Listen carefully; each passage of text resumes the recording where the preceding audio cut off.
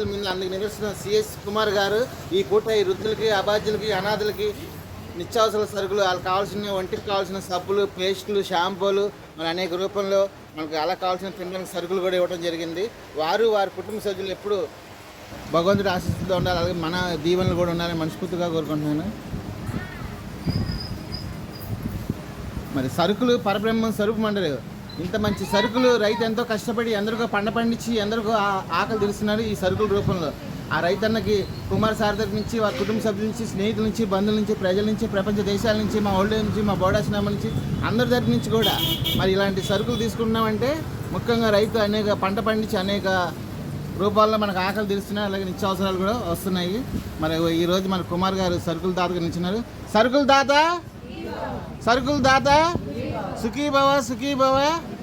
మీ దీవెనలు, మీ ఆశీస్సు, మీ బ్లెస్సెస్ తప్పకుండా ఉండాలి కుమార్ సార్ గారి మనస్ఫూర్తిగా కోరుకున్నా. కుమార్ సార్ గారికి సరే జన సుఖనోభావంతో అందరూ బాగుండాలి, అందులో మనం ఉండాలి. సదా ఈ వృద్ధులకి సేవాభావం, మాతృదేవోభవ. జై హింద్.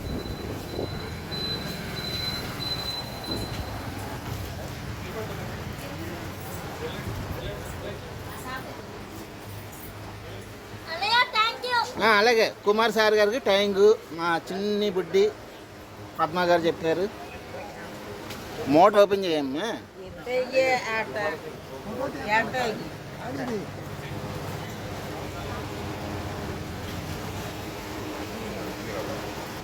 మరి మా మాతృదేవ 3 పూట్ల కట్టుబడి భోజనం చేసిన నిత్యావసరాల సరుకులు తీసుకున్నారంటే దానికి స్పందిస్తున్న ప్రజల ఒక గొప్పతనం.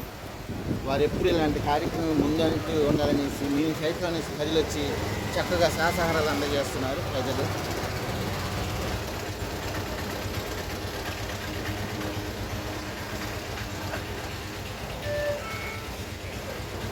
ఓకేనమ్మా, ప్రజలు అనేక రూపాయలు తెలుసుకొని మనకి ఎక్కడ ఉన్న ఆశను తెలుసుకొని ఇవ్వడం జరుగుతుంది.